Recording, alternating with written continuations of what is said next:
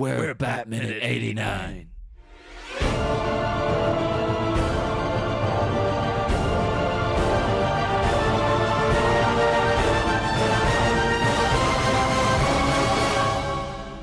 Hello, and welcome once again to Bat Minutes 89, the podcast where we analyze, scrutinize, and blast away Tim Burton's 1989 Batman film 1 minute at a time. I am one of the hosts, Niall McGowan. And I'm another one of them, John Parker. And kind of a weird first, and I don't know why it's taken us 88 minutes to kind of get to this point, but we have people who also do a podcast that features Batman. From the DC Cinematic Minutes, we have Mark and Nathan. Welcome. Hey, I don't know why I said welcome. It's not even my show. Jesus. You can take over if you want. We can just sit back. Yeah, I'm welcoming myself. There's a mirror in front of us, and it's like, hey, I'm talking to you, good-looking guy. Do it every morning. Yeah. Hey, welcome to Earth. Welcome to the world, man. That's how you got to prep for the day. You know, that gets you off to a good start. Always. Kind of want to, I just got the image, though, of Will Smith in Independence Day. I imagine, you punch in the mirror and be like, welcome to Earth. Oh, that's even better. Maybe I should switch the entire routine. You say welcome to the planet. Oh, my God. Which is a Man of Steel reference. Now we're bringing it full circle. There you go. Today, we're here to talk about minute 88 of Tim Burton's Batman. Oh, it's a fun minute. Oh, the times we're going to have talking about this. Minute 88 begins with fatal footfalls following the Waynes. And ends 1 minute later with a small child just about to get shot in the fucking face. So it's... Oh, yeah, jeez. it was fun. Every minute's a roller coaster on this thing. We always start with something nice and end the minute with something horrible. Yeah, I do remember it was last week we had, who was it last week again? It was Brady, and his whole thing of this is the scene that kind of takes the Tim Burton Batman, it's a progression, a darker progression from the 1960s show. For it's a fairly lighthearted, silly, cartoony kind of film for the most part until this scene. This is what really marks it as got real kind of vibe. So this minute right here. This is where it set the. You're saying this is where it got how would you say I don't want to say, because I don't want to just classify it as just all right, this is when we solidified that this is Tim Burton Batman, but this is when we solidified just dark, gritty Batman. I was going to say that as well, Mark. Or does it do both? Kind of both, I think. But maybe, instead of, all of Batman, if you begin with Batman, he's a cool crime-fighting detective that dresses up in a really cool suit and has some awesome purple gloves. Great. Then you introduce, his origin is, his family got gunned down. And then that just turns the character just all the way dark. He kind of started out dark with just being, in the nighttime, being a crime fighter. He dresses up like a bat. Cool, dark. Then you realize, his parents got shot. Then it's just always the Batman storyline just gets that much darker. So you can throw this part into any sort of Batman movie or any sort of Batman story, essentially, just to remind the people, you remember how dark this shit is? Yeah, no matter how silly that any particular iteration of Batman might be, just throw this in.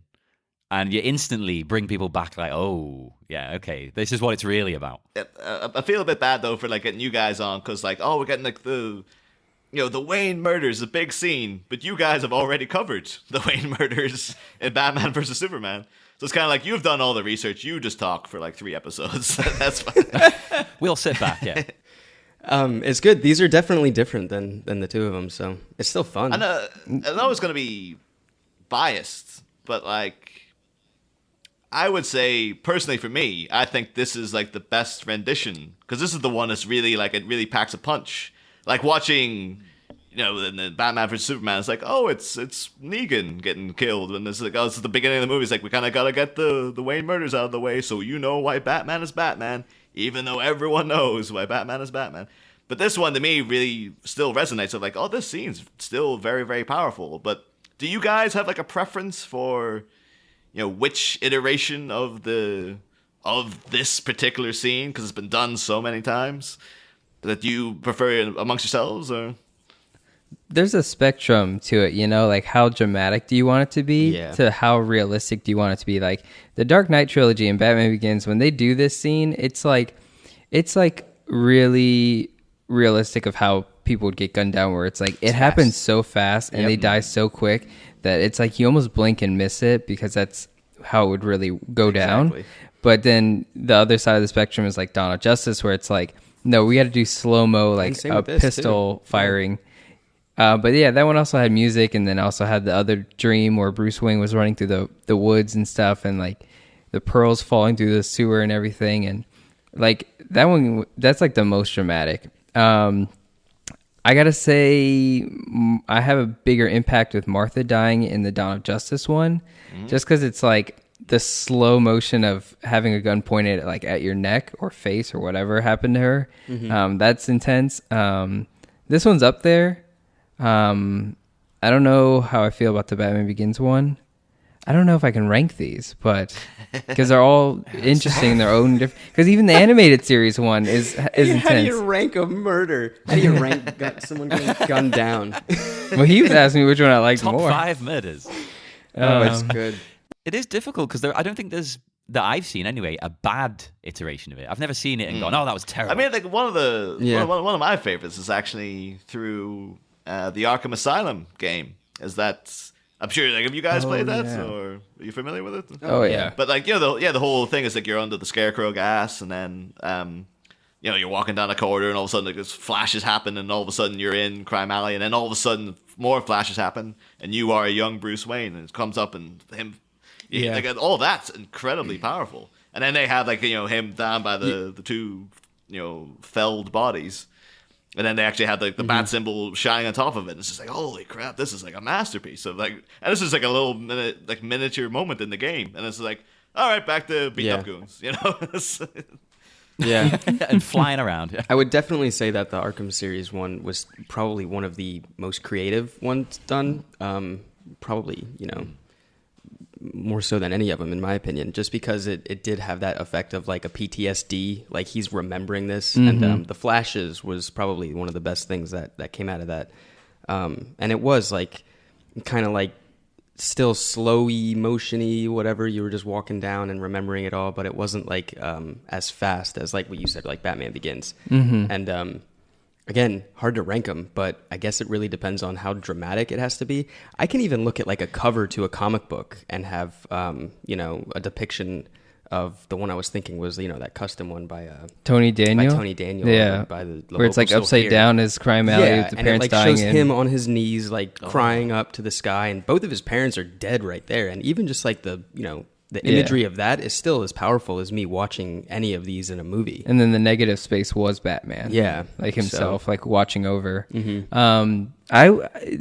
one's kind of relevant to this minute, but I really like the Flashpoint where they reverse it. Oh, yeah. And Martha becomes a Joker, and it, like, I've always found like that makes sense to me a little bit. Like your kid gets killed and like you go insane enough to like and start laughing about it. Yeah, well, both of them were the opposites of each other. It was like his dad became the Batman and his mom became the Joker, and it's like that kind of fits perfectly if you're reversing the whole storyline of it.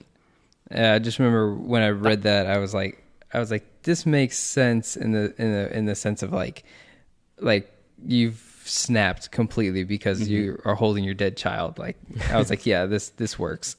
Yeah, I'd kind of like to see a movie version of that. I think that'd be fascinating, but I don't think the general public would understand what the hell was going on, to be honest. I think there is, you know, obviously we can't talk to the state of things at the minute, but because of the critical and sort of audience reaction to the DC cinematic universe as it is, there is the fact that Affleck seems to... some people say he's kind of got one foot out the door already, like he might be already departing. I think there is talk of like a Flashpoint movie coming, and they're like, well, Jeffrey Dean Morgan might step up and be like, he's your Batman now. Oh, okay. I'd be on board for that. I mean, but totally. It's one of those things. It's like, are you guys going to invest like the millions of dollars it would take to make that? Because it's like it'll have to be a big movie. But like, I would 100% be on board for it. I imagine most people would, because it's like, here's something, you know, talk about the Marvel Cinematic Universe versus DC. It's kind of like, look, one's always, you know, for better or for worse, always thrust into kind of competition with each other for whatever reason.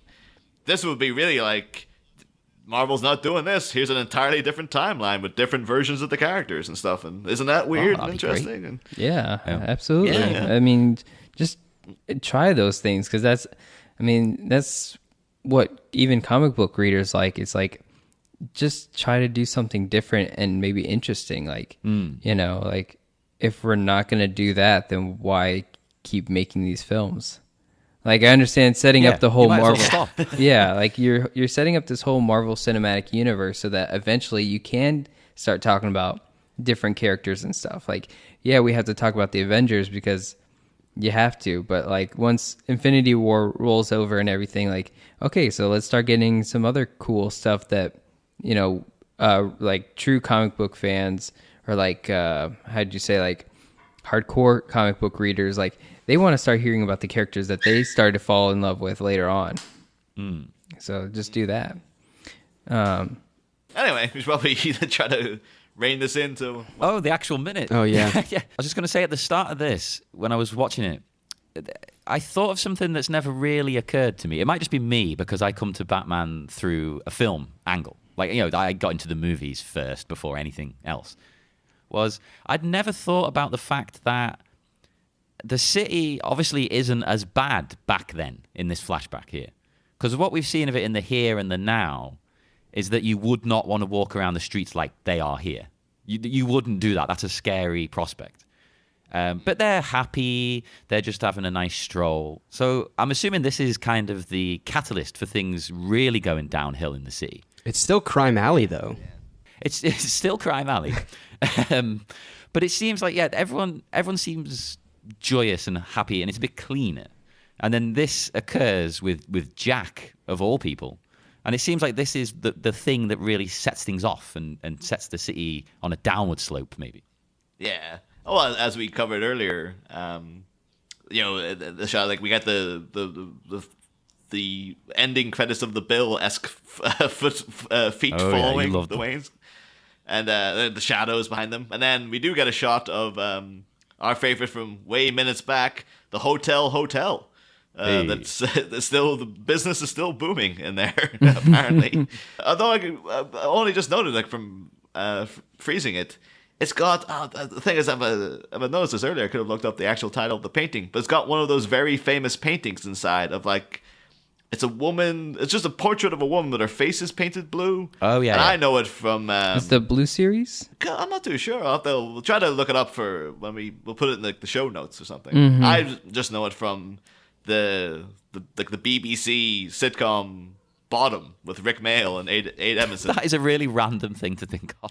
Yeah, because I grew up and like watching that show all the time, and there was I think it was one of the live shows. They had a whole thing about like Richie, Rick Mayall's character. He had his emergency fiver, which is like an emergency £5 note that he just kept hidden, and he actually kept it hidden in the face of that painting. So every time I see it, I'm like, oh, that's Richie's emergency fiver right there. But it's in the hotel. It's That is the strangest connection we've ever come up with, I think. But he made it, and that's what matters. Yeah. That's all that matters. It's out there now. Yeah. This is like the ghost of Rick Mayall is just like, finally somebody knew that I got that from Batman. Yeah, So he'd been planning that all along. He was a huge fan. were they like going to this hotel? Are they like staying there? I don't. What? Why? That's what I'm. Well, they're walking towards it. They're not walking towards a cab or anything or the train. They're just walking down the street, man. I don't know. I think there's something like an alleyway next to it. I think they might be gunning for that alleyway. They're gonna nip down past the hotel, maybe. But I don't know. Maybe. See, I got the impression, of course, they were just walking past the hotel. But you're right. It does look like they're going straight for the front door to me, which is very peculiar. It's like, wouldn't you just go home? Like, I don't know. I mean, there's a current trend here at the moment, for some reason in England, for if you go out on like a crazy night out, instead of going home, young people now, like, get an apartment in town for the night. Like, you can pay for one night, so you can just go back to the apartment, sleep there, then go home in the morning. So if you didn't have a kid with you, maybe that's what they'd be doing. I guess. I know that happens like here in reality. I just don't see the Waynes renting a hotel room. I feel like they would just like, where's Alfred? Where's the car? Like, well, yeah, that was the thing I was going to mention myself. It's just like, you would think like they would have a like a town, like a town car that they'd have a driver and stuff. You know, considering that they're the Waynes. But They're maybe like it is valet. kind of like, yeah, maybe it's just that like, you know, this iteration. Well, every iteration of Thomas Wayne is like, oh, he's a man of the people. He doesn't want to be elitist and have his butler come and drive him everywhere. He wants to just walk like a normal person and stuff. So, or maybe he wants Bruce to get a vibe of like, well, this is how the every people live. You know, this is, you know, you're in the 1%, but this is how everyone else has to. You have to walk back from the theater. You don't have a car and stuff. But, Yeah. That's a good point, because that would then inform what he does later on in life, because he's sort of looking out for the people. yeah. Oh yeah, for sure. I mean, he said that in like Batman Begins, like with the whole building of the train and everything, and it was kind of like a little like, we're doing this for Gotham. And to actually go back to what you said before, is that you know, was Gotham kind of a nice place before the death of the Waynes? I've always been the one to think that Gotham was, and always still is, like, you know, more crime filled than any other city in, you know, the DC universe or whatever. So there always still has been that, like, you know, bad areas like Crime Alley.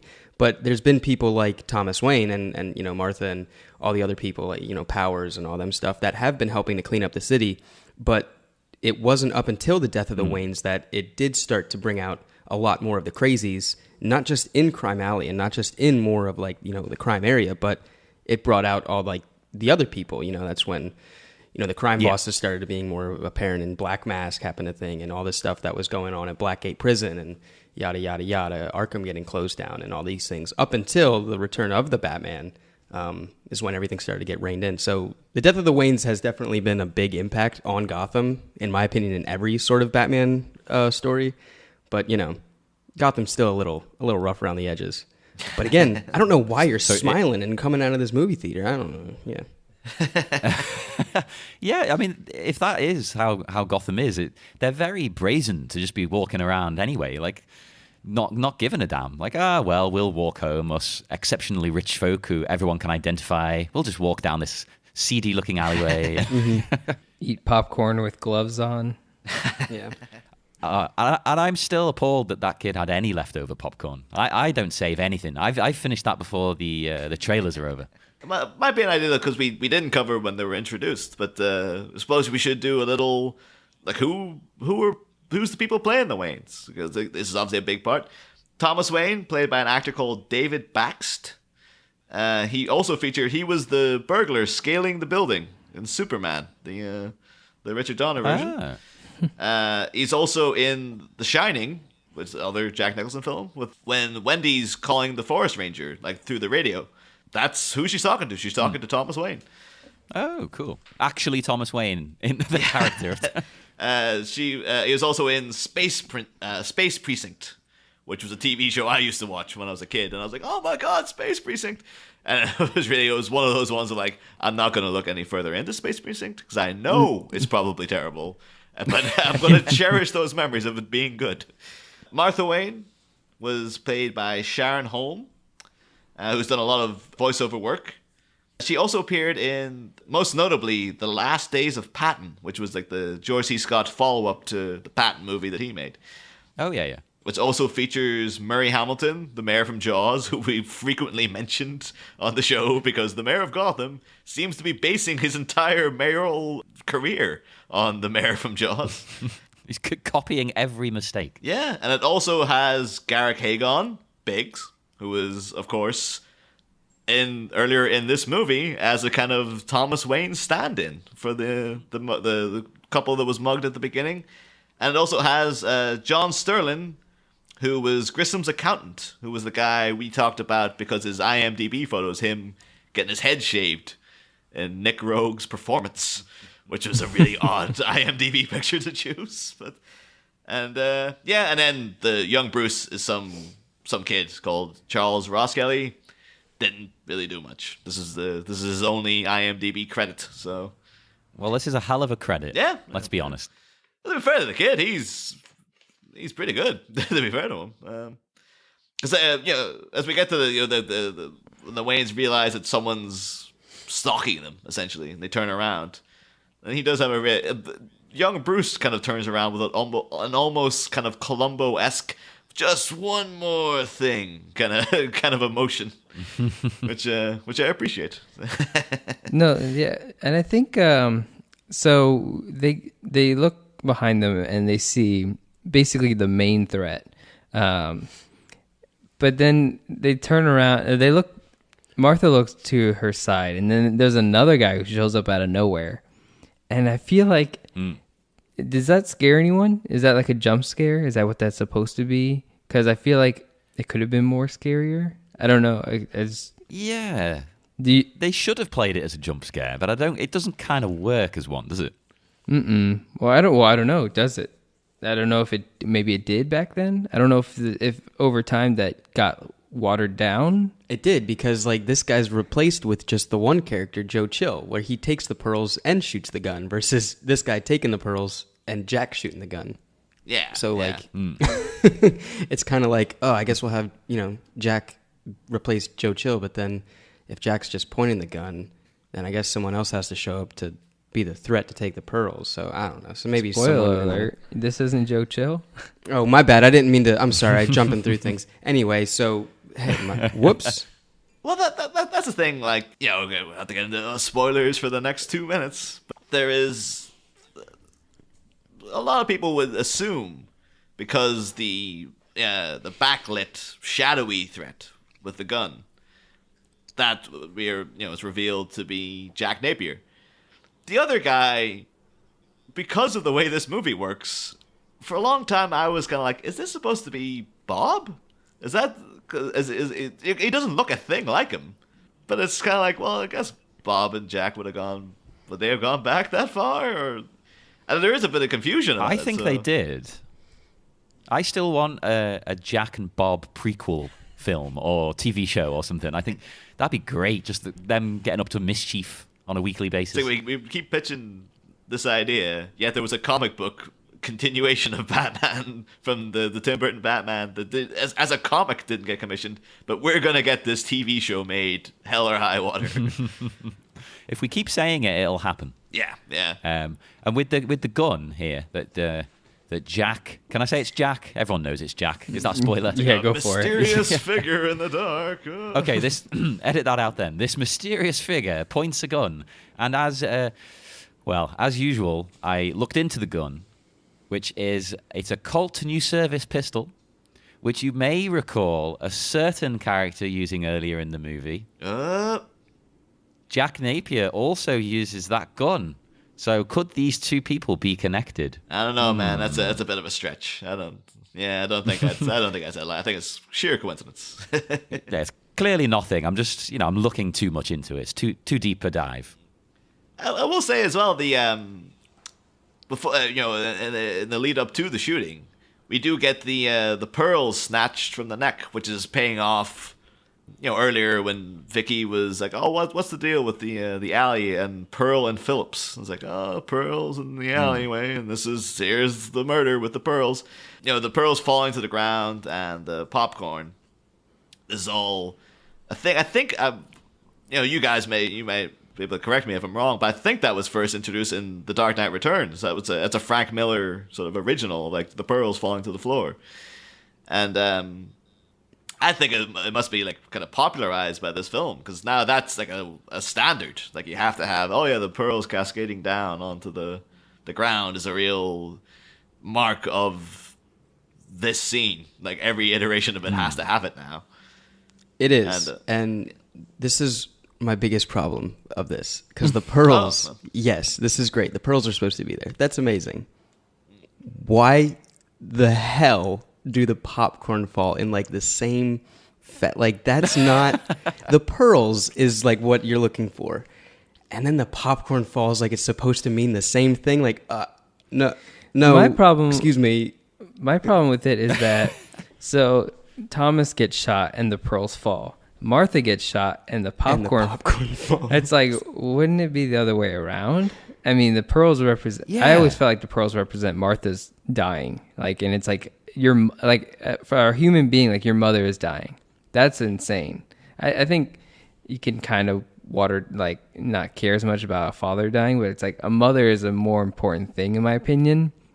And so the pearls falling, you know, like that represents a loss of life or something, you know, and I don't know. Absolutely. And I just feel like, why the popcorn for the mother? Like she wasn't even holding the popcorn. Thomas is holding the pearls after they get ripped off of her He neck. tries so. to grab them. Yeah. So I mean, I guess that's him. He does. He is seen dropping the pearls, but Martha's not holding popcorn. Bruce is holding popcorn, unless she like does her little flail backwards and like kicks Bruce's popcorn out of his hand with her leg when she's slip and sliding backwards.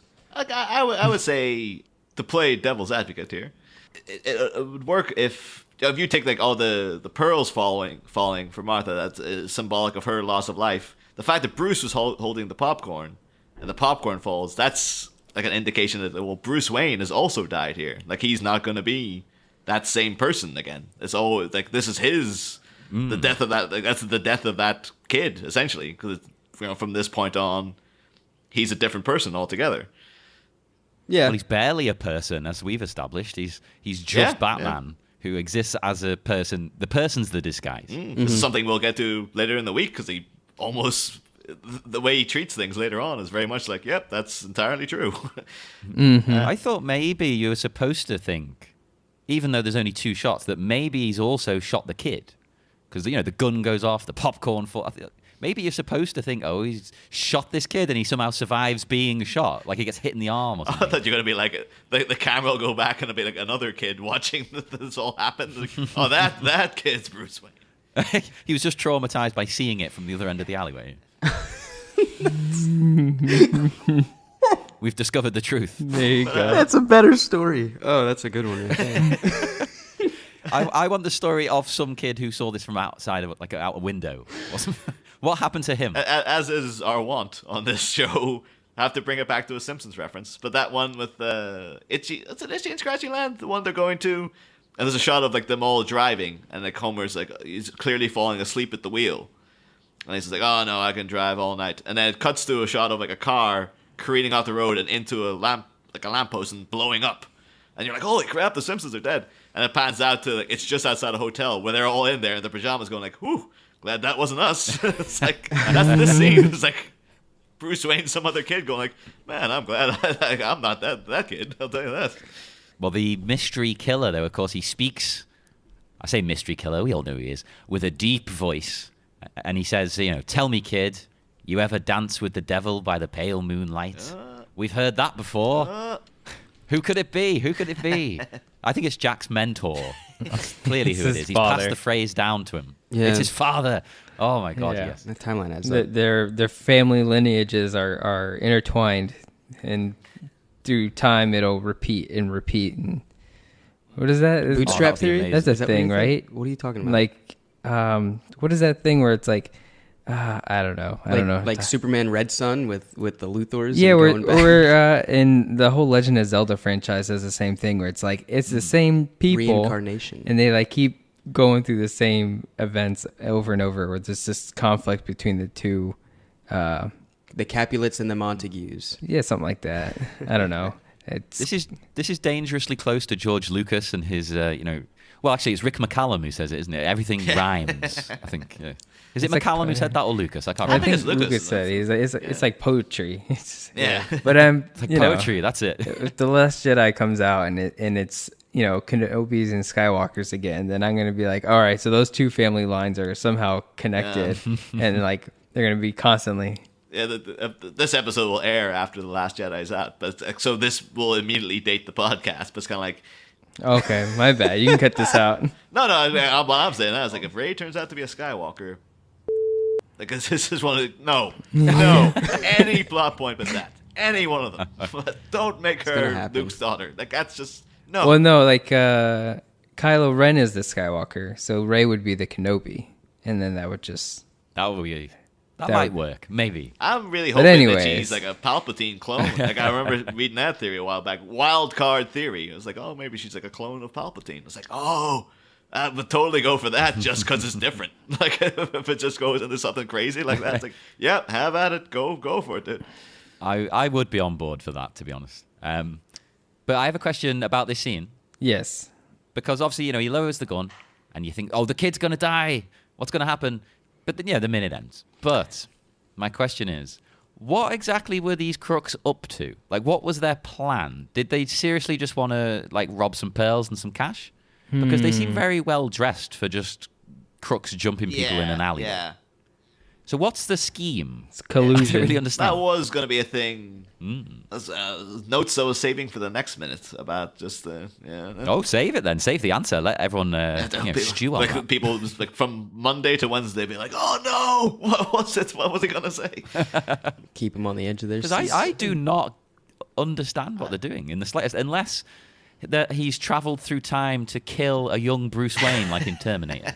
That's the only explanation. Well, I that will makes say sense. though, like, it does seem to be. We get the impression though that this is off plan, because the reaction of not Bob, we could call him. I think a lot of in the Batman wiki, he's down as Joe Chill. Like they've called in the credits, he's Other Mugger, played by Clyde Cattell. Been in nothing. He was in something called On the Razzle, which is the most British title of a TV show I've ever heard.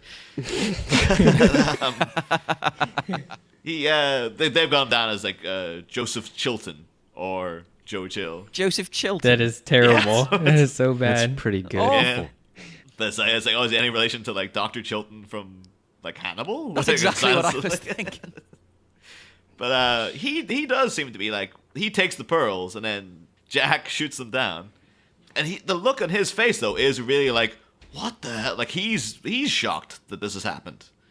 So it seems like the plan might have been, we're gonna go and just mug these people, and there was this behavior that we're seeing here, this gunshot business. That's the behavior of what some might call an A1 nut boy. That's suddenly come out to the fore. So it's like, I'd say whatever their plan is, it was not to kill these people. I think this is entirely the sort of impulse of the shooter, that he's just done this for kicks. And Do you think maybe he doesn't even really want to rob them? He kind of just wants to kill them. Because he doesn't need pearls. Does he? yeah, well, again, we'll get into it more next minute, because when we see his face, this guy's having a good time. Like he's really getting a kick out of this. So, but yeah, I guess that'll be all stuff we talk about when we actually see him in the next minute. Yeah, my last note was that so this line, "You ever dance with the devil by the pale moonlight?" What are the origins in that? Like, what is? Because I didn't want to do the research because I didn't want to just have the answer and then not creating content for the episode. But it's like, what does that mean? Where does that come from? Have we seen it in Batman lore before? Is this just new? Did Tim Burton introduce this? We did cover it because it's this is the second time we hear it.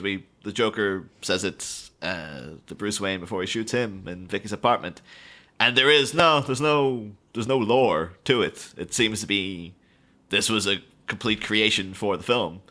Furthest we can trace it back is to the King Harvest song "Dancing in the Moonlight," and it just seems to be like, it genuinely almost is just kind of like, this is a cool thing he likes to say. Like there's not much more to it than that we have uncovered as yet. Anyway. Yeah, I mean, I kind of get certain meanings coming across from it, but there's no sort of official word on it, is there, Niall? There's, I mean, my interpretation is just like, kind of like a come and play, like I'm gonna fight you, basically. Like I'm gonna beat you. Like, come play with the devil. He's the devil. Yeah. I would say it's almost just like maybe just saying to someone, have you ever literally like been like this close to death? Like you're gonna, tonight you're gonna be dancing. You're gonna be dancing with the devil because you're gonna be dead. That kind of. Yeah, I'm going to send you to it, yeah. kind of thing. That works too. Yeah. There's various ways you could kind of read it, but there's a similar vibe to all of them, I think. It's always very sinister and dark, but Tim Burton typically doesn't really explain a lot, does he? So he doesn't go into depth on this that I noticed. But again, it's the second time this movie. It's like it's like poetry. It rhymes, So There you go. Well, actually, I went through the original draft as well, just to double check everything, as I like to do. And it's largely all the same. There's not much different. It's just kind of extended with Thomas trying to give them his watch first and things like that. Like, oh no, take this, take that. But I like this version better. I think it works like better on a more artistic level because it feels more like a memory that he's having. You know, with the choice of sound, there's like a strange sound to the speech and things. The way this mystery man talks, it feels more like a memory, an emotion, a feeling than just literally this is what happened. Here's a history. Yeah. It's kind of like artistic. But yeah, I'm. If anyone else has any notes for this particular minute, or shall we press on? Not particularly, no. Yeah, I think that was a good way to end it. Well, before we go, would you lovely chaps like to tell our listeners where they can find you online? Yeah, so we do the DC Cinematic Minute podcast, where we go minute by minute through all the films of the DC Cinematic Universe, including Man of Steel, and we're currently covering Dawn of Justice. You can find us on all social media at DCEU Minute, and we also include guests that don't like the film, so don't ever feel like it's just going to be two guys who just love the recent films. So there's a lot of stuff to enjoy in that, and you can find us there, and also on the Facebook group, the DC Cinematic Minute Listener Society. Yeah, make sure to check that out. I'm sure we'll have a crossover of listeners. I'm pretty sure anyone who even vaguely likes us will definitely love you guys. I'm kind of slightly worried about like people who haven't heard your show will be like, these guys really seem to know what they're talking about. We should just go listen to their show instead. Screw this Batman at 89. These assholes don't know what they're talking about. Much like Batman itself, there's room for all these different approaches. That's what's exciting about Batman. Although I will also say, though, before we sign off, one final note I did have for this minute.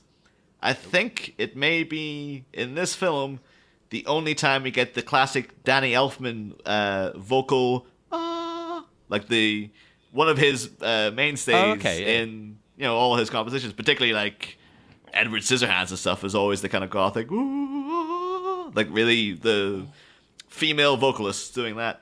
I think in this movie, because there's loads of it in Batman Returns, but this may be, at the beginning of it, you do get the kind of like following them down. I think this might be the only time in this movie that you get hearing one of Danny Elfman's staples. So it's worth just mentioning that that's there as well. So, well, listen out for that, everybody. Go back through and give that a listen. And come and join us online. We are on Facebook at the Batminute89 Listeners Society, and we're on Twitter and Instagram as well at Batminute89. And we love to chat to you there. We're very, very talkative people. And join us again on Wednesday, because we will be back for more Batman with Minute 89. See you then. Next time, Wayne slain down memory lane with a shadowy silhouette ready to inflict more pain.